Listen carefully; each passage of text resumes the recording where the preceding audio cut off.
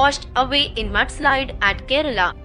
Heavy rainfall and flash floods caused abrupt landslides in Kottayam district. A house at Mundkayam drifted and collapsed in the massive mudslide on Sunday morning. A video that surfaced in social media shows a house that vanished in the gushing waters within a few seconds.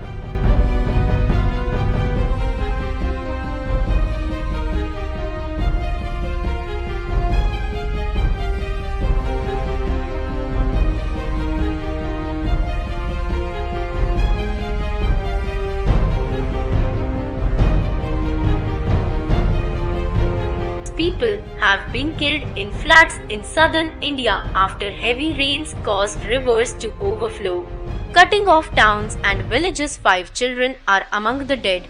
There are fears the death toll could rise further as many people are missing.